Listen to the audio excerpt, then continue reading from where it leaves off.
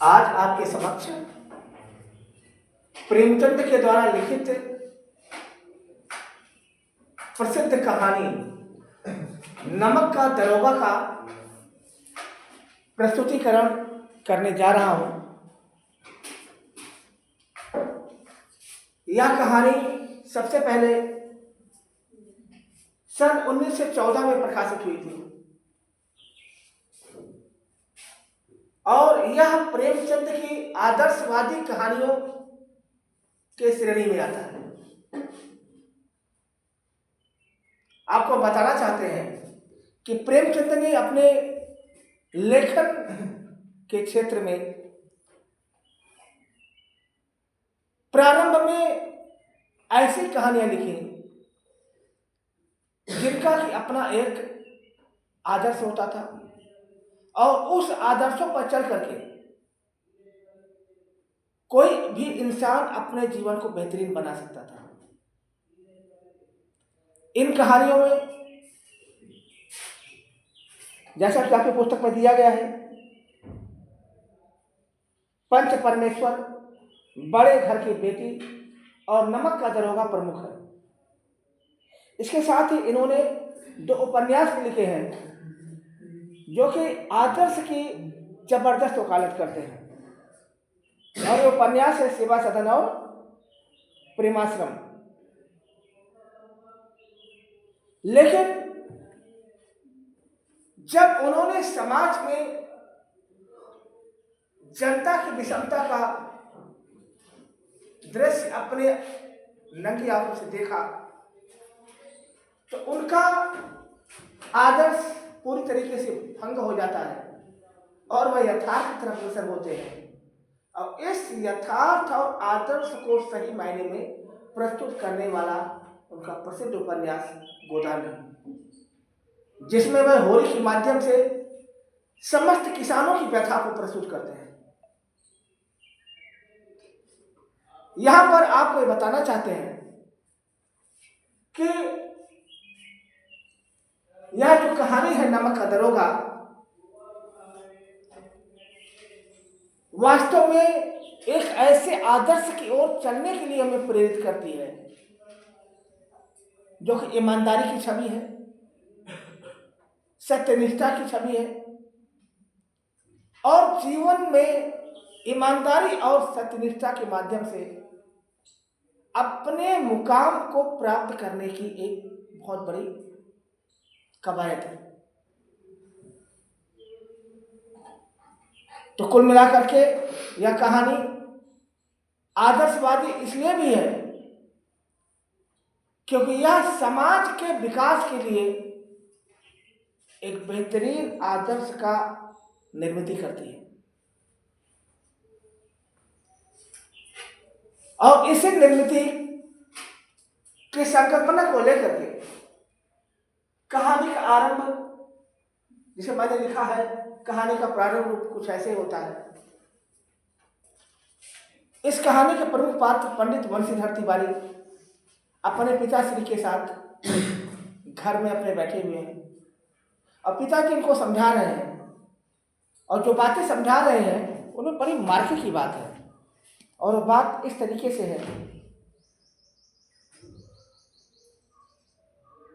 वो कहते हैं, नौकरी में ओहदे का ध्यान मत देना, यह तो पीर की मजार है, निगाह चढ़ावे और चादर रखनी चाहिए, ऐसा काम ढूंढना जहां कुछ ऊपरी आय हो। और बड़ी मार्के की लाइन लिखते हैं और ये बड़ी इसकी जो है समीक्षा भी इस लाइन की और लाइन है, मासिक वेतन तो पूर्णमासी का चार्ज है जो एक दिन दिखाई देता है और घटते घटते लुप्त हो जाता है। ऊपरी आय महता वह स्रोत है जिससे सदैव प्यास बुझती है। वेतन मनुष्य देता है, इसी से उसमें वृद्धि नहीं होती। ऊपरी आमदनी ईश्वर देता है, इसी से उसकी बरकत होती है। यानी कुल मिलाकर के उनके पिताजी यह बताते हैं कि आज का जमाना इस तरीके से है कि अगर आप एक सामान्य सी नौकरी पाते हैं और आपकी कोई ऊपरी आय नहीं है तो आप हमेशा अपने परिवार के अस्तित्व के लिए संघर्ष ही करते रहेंगे। थोड़ी सी ऊपरी आय होगी, तो उस आय के माध्यम से आप दूसरी जिम्मेदारियों को पूरा कर लेंगे। इसके साथ ही साथ पंडित जी यानी बंशीधर तिवारी के पिताजी एक दूसरी बात जो कहते हैं वो है हमारे समाज के उस परिप्रेक्ष्य के बारे में जो कि लड़कियों का परिप्रेक्ष्य है। तो बड़े ही मार्के की बात लिख रहे हैं, कह रहे हैं और कुछ इस तरीके से कह रहे हैं,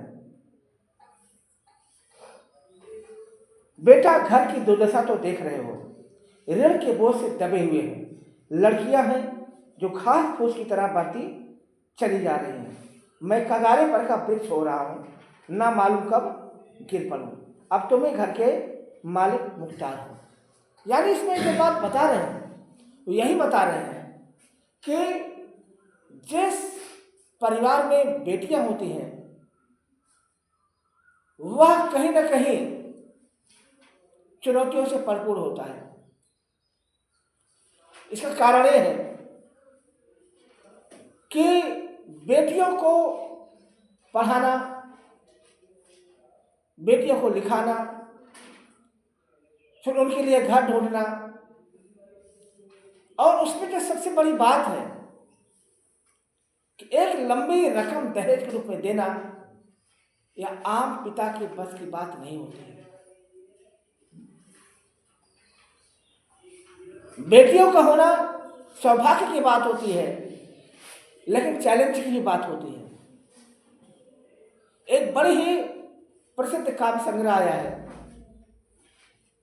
डॉक्टर ओम प्रकाश का, विदा होती बेटियां, और उसमें यही बताया गया है कि एक पिता जब अपने बेटियों को समस्त प्रकार की जिम्मेदारियों को पूरा करने के पश्चात जब अपने उस घर में विदा करता है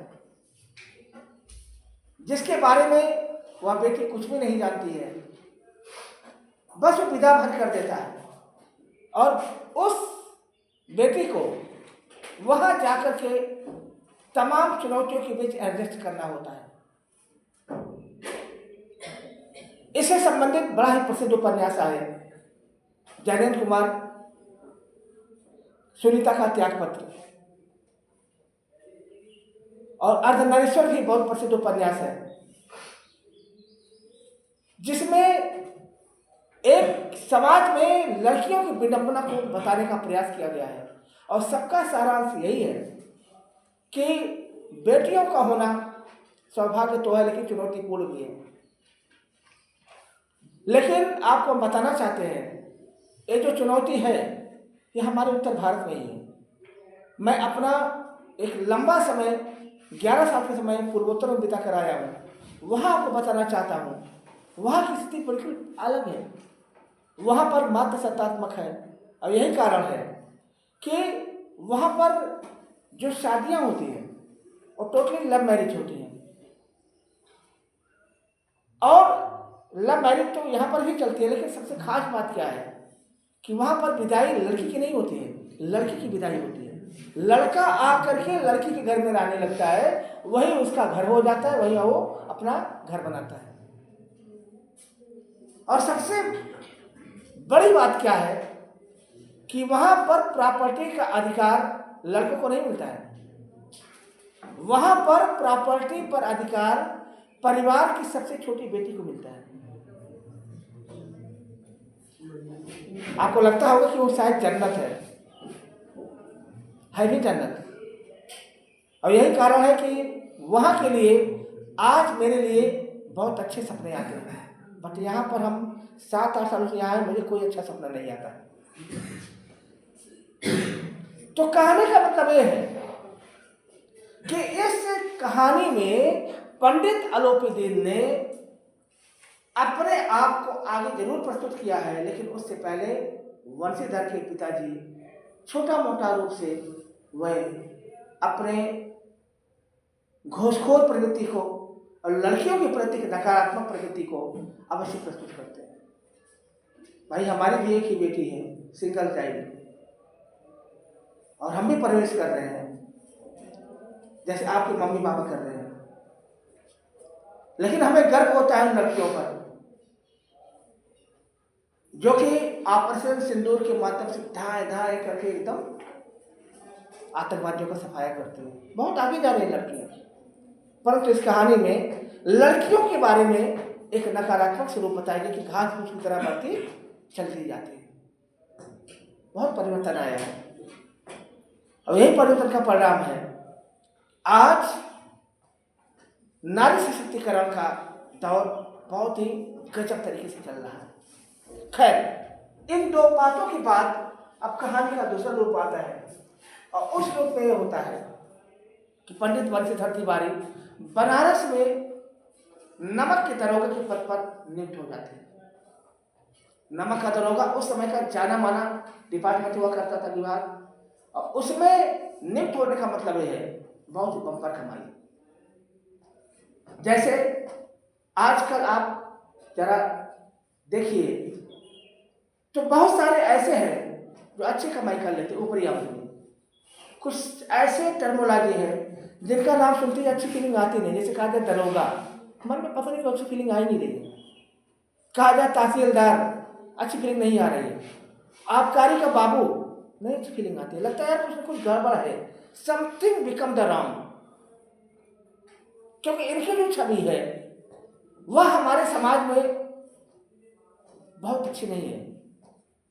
बहुत परिवर्तन आए हैं, बहुत सकारात्मक परिवर्तन आए हैं, लेकिन आज भी जनता इनसे डरी हुई रहती है।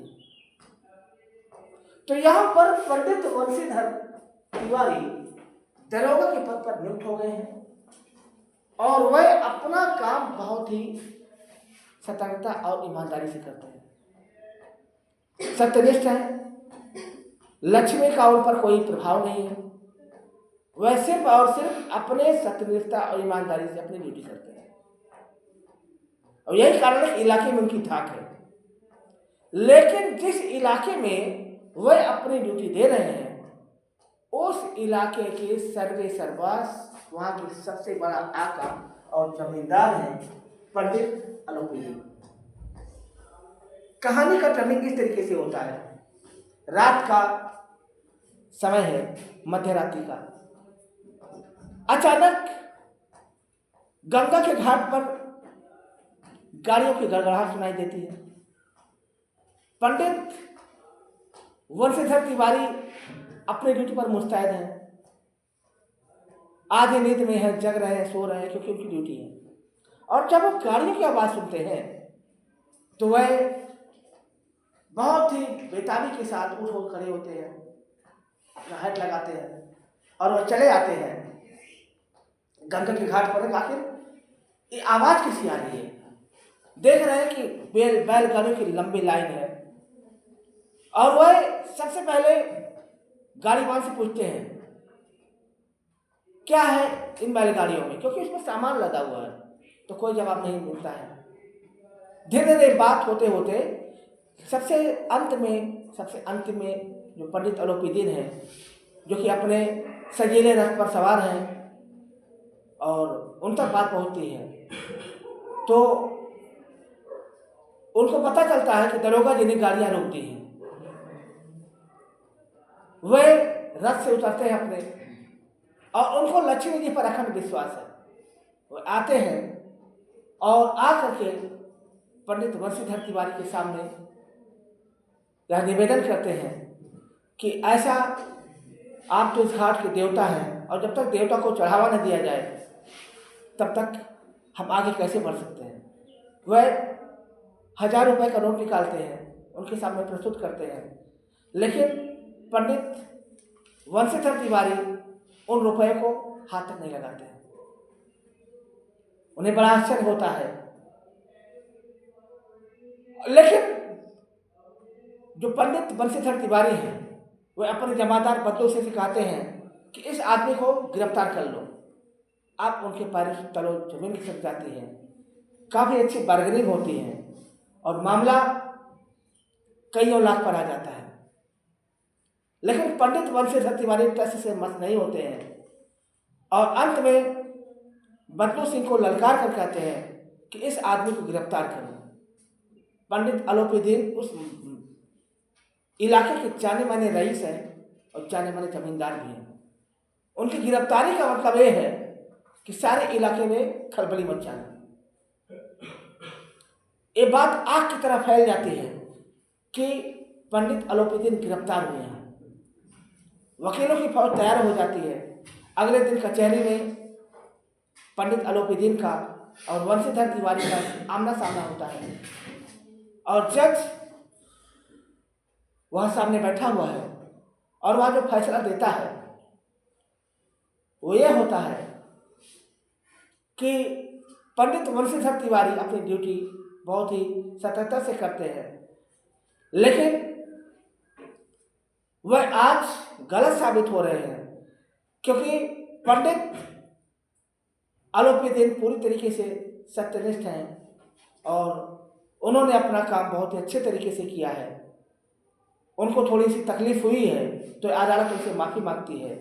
इस तरीके से पंडित अलोपीदीन बाइज्जत बरी हो जाते हैं और पंडित वंशीधर तिवारी की चारों तरफ आलोचना हो रही है कि कैसे उन्होंने एक जाने माने रईस को गिरफ्तार किया, एक अलमानस को जो कि पूरे समाज का भला करता है, सारे समाज के भलाई के लिए अपना सब कुछ त्याग और बलिदान करता है, उसको उन्होंने गिरफ्तार किया। और पंडित वंशीधर तिवारी के पास सिर्फ सत्यनिष्ठा और ईमानदारी के अलावा कोई बल भी नहीं था। वह उसे सत्यनिष्ठा और धर्म के बल पर लड़ाई लड़ रहे थे, लेकिन आज धर्म परास्त हुआ था और अधर्म की विजय हुई थी। अब कहानी अगले टर्निंग पर आती है और होता यह है कि पंडित अलोपीदीन से भिड़ंत के बाद एक हफ्ते के अंदर ही जब पंडित वंशीधर तिवारी अपने घर पहुंचते हैं तो उनको सस्पेंड कर दिया जाता है, यानी मुअत्तली का फरमान आ जाता है।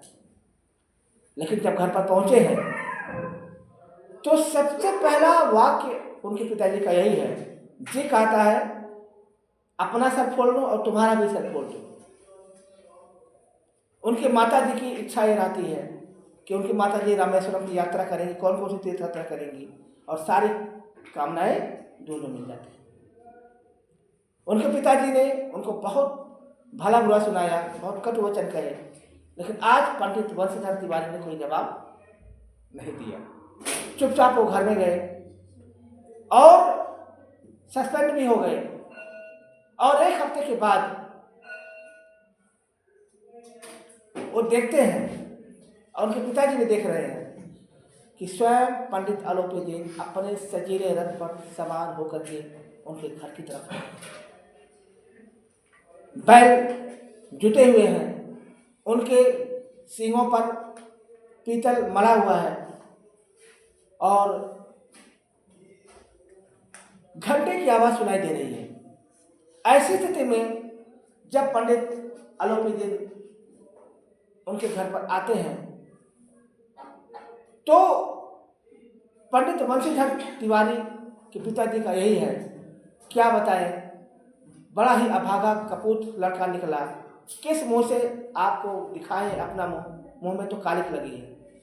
तो पंडित अलोपीदीन कहते हैं, भाई साहब ऐसा मत कहिए, आपका बेटा तो बहुत ही लायक है, वह हीरा है और ऐसे हीरो का मिलना बहुत मुश्किल होता है। वार्तालाप होती है, पंडित अलोपीदीन के लिए चाय पानी आता है और पंडित वंशीधर तिवारी ने तय कर लिया है कि वह उनका स्वागत करेंगे, लेकिन स्वाभिमान के साथ, और वह अपने उसी स्वाभिमान के साथ स्वागत करेंगे जैसा कि उनका अपना एक लहजा है।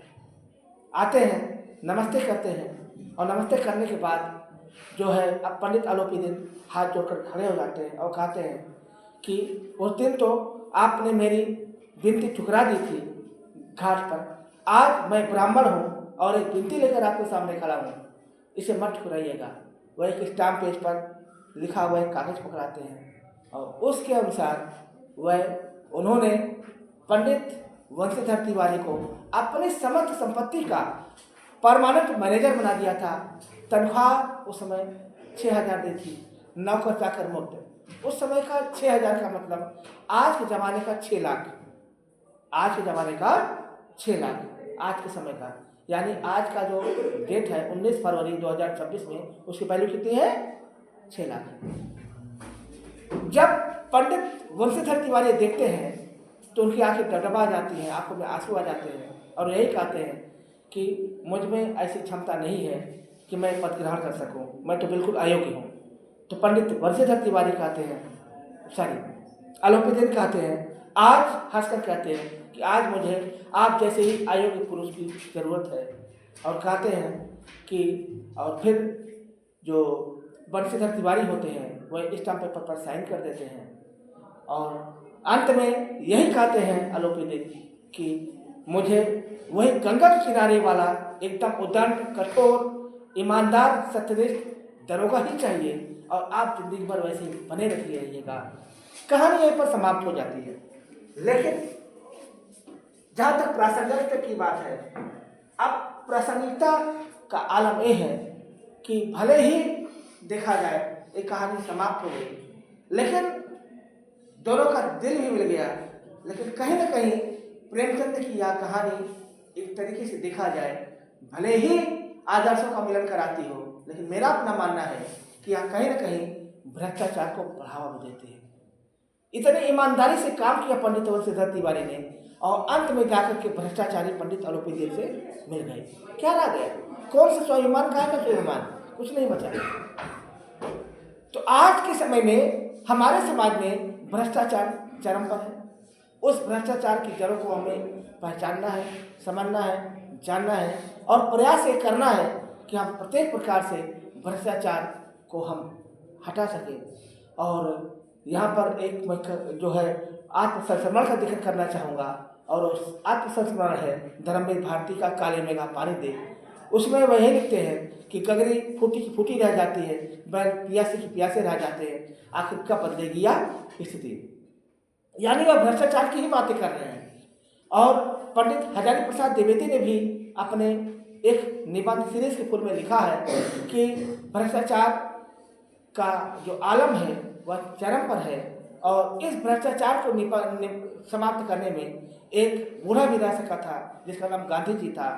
और आप कहीं उसके अंग तो नहीं बनते चलते चले आ रहे हैं। तो कुल मिलाकर के यह कहानी वास्तव में बहुत ही रोचक है, आदर्श भी देती है, लेकिन कहीं ना कहीं यह भ्रष्टाचार को आगे बढ़ाने में अपना योगदान भी देती है। हमें इस भ्रष्टाचार को पहचानना है, जानना है और भ्रष्टाचार को समाप्त करने के लिए अपनी प्रत्येक प्रकार से कोशिश करनी है ताकि भ्रष्टाचार जड़ से समाप्त हो, हम सब स्वच्छ बने, पारदर्शी बने, ईमानदार बने और देश के विकास में अपना योगदान करें। इसी अपील के साथ मैं अपनी बात को समाप्त करता हूँ, अपनी वाणी को विराम देता हूँ और नमक अधरोगा कहानी के माध्यम से आपको यही बताना चाहता हूँ कि आप ईमानदार बनिए, लेकिन अपना स्टैंड पॉइंट बनाइए। कभी भी आलोपी दिन जैसे लोगों के सामने झुकने की आवश्यकता नहीं है। तो बस इन्हीं अपील के साथ आप सबको नमस्कार। जय हिंद, जय भारत।